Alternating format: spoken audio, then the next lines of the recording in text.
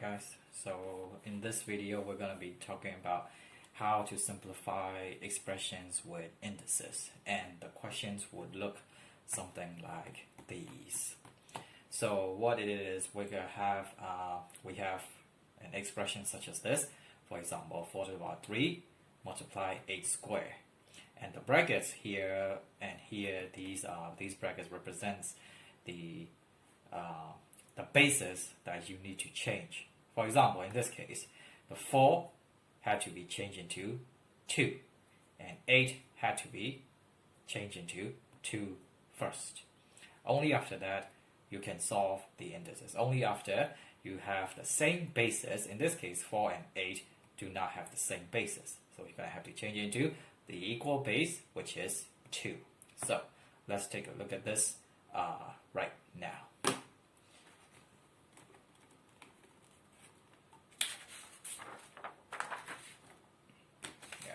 Put this over there.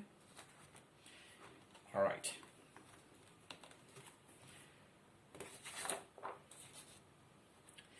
Okay, so we will start with the first question. Okay, the first question goes something like this. It's with 4 power 3 multiply 8 squared, and you are instructed to change it into the base of 2. So what you have is over there, we got the 4. 4 is basically 2 squared. And 8 is 2 to the power 3. You have to realize those things first before we continue this. So what we have is over there, we can now substitute it. Instead of 4, you can now write 2 squared. So I'm going to write this over there because it's now a little bit, well, this thing's getting in the way. So I'll write, instead of 4, 2 squared. So it will be 2 squared, but the cube is still left over there. So bracket cube.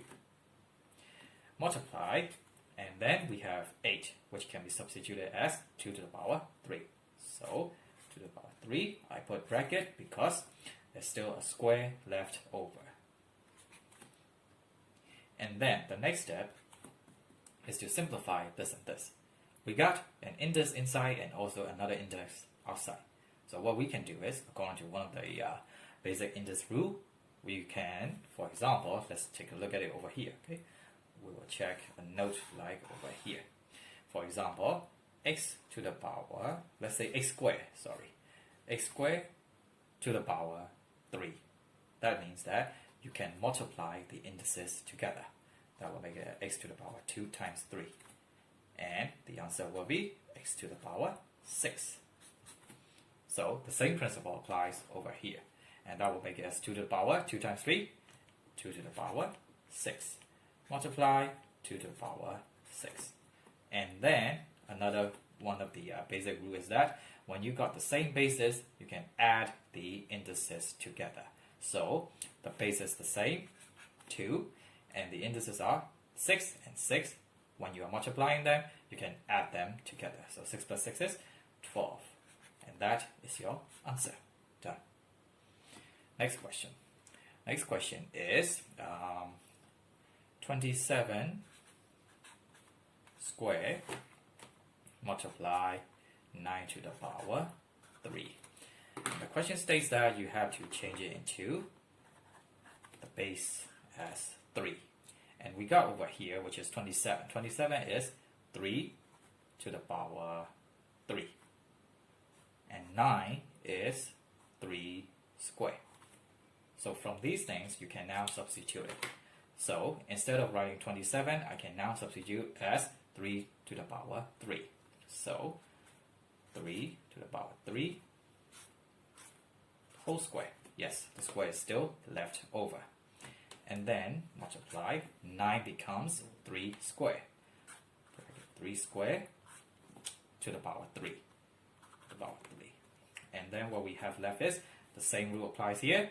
3 times 2 is 6. So 3 to the power 6. Multiply 3 to the power 6. And now you can add the indices together because you're multiplying the same basis. So 3 to the power 12. And that is the final answer. Next question, shall we? The next question is 125 square multiply 25 square. And the instruction asks you to change it into the base of 5. So same thing applies. Instead of 125, it will become 5 to the power 3. And 25 will become 5 square.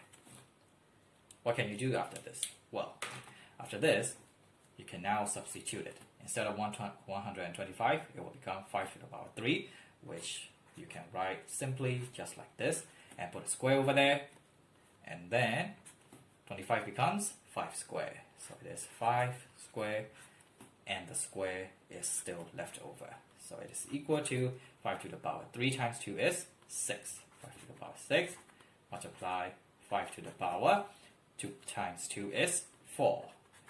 And now, since you got the same basis, you can add the indices together. 6 plus 4 is 10. 5 to the power 10. That's how you do it. Next one. I think we're getting this away. I think we are getting the hang of this already. So, let's do something a little bit strange. Just a little bit strange. So, the question goes like this. 16 to the power negative 3 multiply 4 square. I had to keep on glancing it over there because this is the question sheet. So, and the question asks you to do like this. Change the basis into 2. So, you already know. 16 is 2 to the power 2, 4, 8, 16. So it's 2 to the power 4. Instead of writing this, I can just substitute 2 to the power 4. Bracket, negative 3. And then 4 becomes 2 square. So just write 2 square.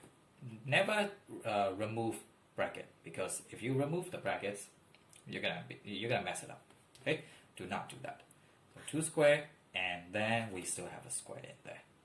So now we have over here 4 times negative 3 will be negative 12. So 2 to the power negative 12 multiply 2 to the power 4.